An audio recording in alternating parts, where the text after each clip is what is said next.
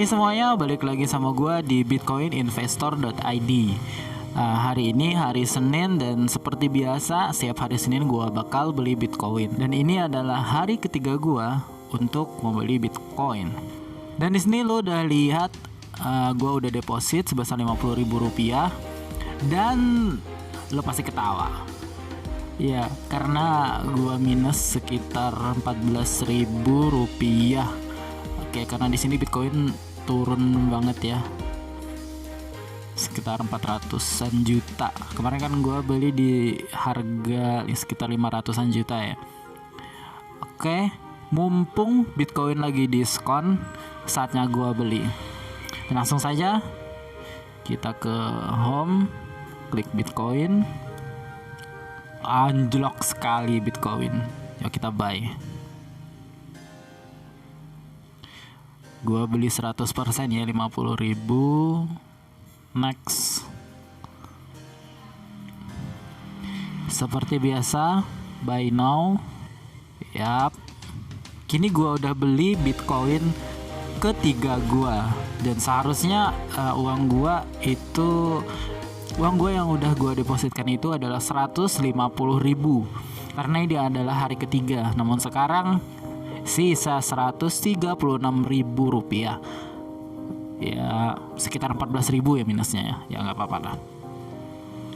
Oke, karena gue udah beli Bitcoin, sekarang kita masuk ke materi. Gue di sini pengen bahas tentang metode yang gue gunakan, yaitu dollar cost averaging, di mana lu beli suatu instrumen investasi secara rutin dan menikmati yang namanya compounding interest atau yang namanya bunga berbunga di masa depan. Nah, di aplikasi Pintu ini lo bisa ngelihat simulasi berapa banyak yang lo hasilkan ketika lo investasi menggunakan metode dollar cost averaging di Bitcoin.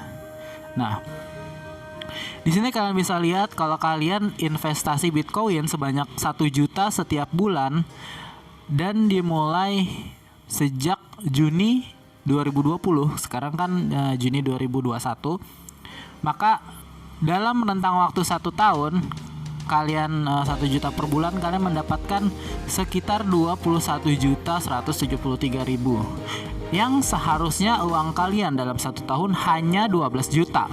Nah, bagaimana jika kalian investasi sebanyak 1 juta per bulan namun rentang waktunya lebih lama lagi, misalnya 2 tahun, maka kalian akan mendapatkan 66 juta rupiah yang seharusnya kalian hanya mengeluarkan uang sebanyak 24 juta rupiah. Ini berarti kalian mendapatkan keuntungan sekitar 30 atau 40-an juta ya, karena 175% naiknya.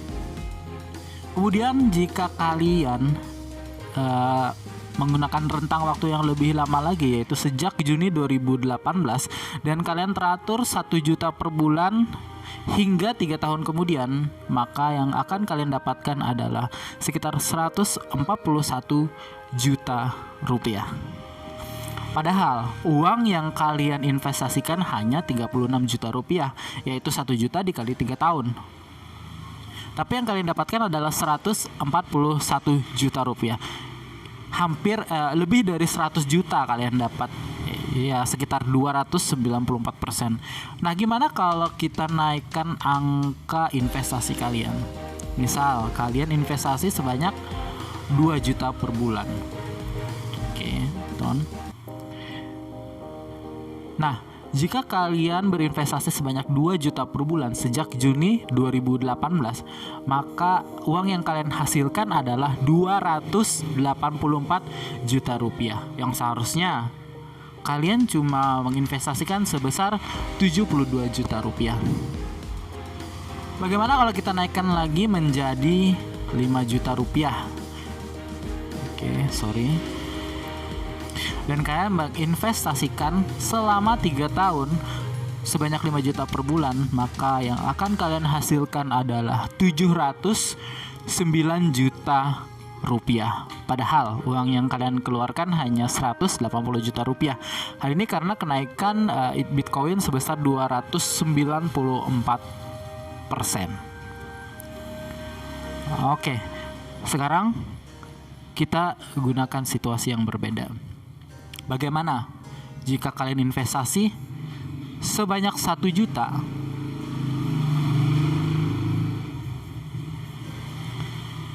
setiap minggu selama 3 tahun? Maka yang kalian hasilkan adalah 618 juta rupiah. Padahal yang kalian investasikan hanya 156 juta rupiah. Ini berarti kalian mendapatkan sekitar 400 juta rupiah. Ini angka yang fantastik ya. Kalau seandainya kalian berinvestasi 2 juta per minggu, maka selama 3 tahun kalian akan mendapatkan sekitar 1,2 miliar rupiah hanya dalam waktu 3 tahun. Ini mengalahkan IHSG ya sebenarnya, indeks harga saham gabungan, karena kalau kita lihat CAGR-nya IHSG itu sekitar 12% ya, 12% per tahun. Berarti sekitar 36% untuk 3 tahun. Sedangkan Bitcoin itu mendapatkan return investasi selama 3 tahun itu 297%. Kalian bisa mendapatkan 1 miliar hanya dalam rentang waktu 3 tahun dan berinvestasi selama 2 juta per minggu. Artinya sekitar 8 juta per bulan. Kalau kalian nggak sanggup 8 juta per bulan, kalian bisa mengubah strateginya, misalnya 4 juta per bulan dalam rentang waktu 6 tahun. Oke. Nah, mungkin pada pembahasan kali ini cukup sampai di sini. Semoga ada pembelajaran yang bisa kalian dapatkan, dan gue pengen ada insight yang positif yang bisa gue berikan, yang bisa gue kasih dari kegiatan gue beli Bitcoin setiap minggu ini. Oke, semoga bermanfaat, dan gue bakal update lagi di hari Senin depan. Stay tune terus.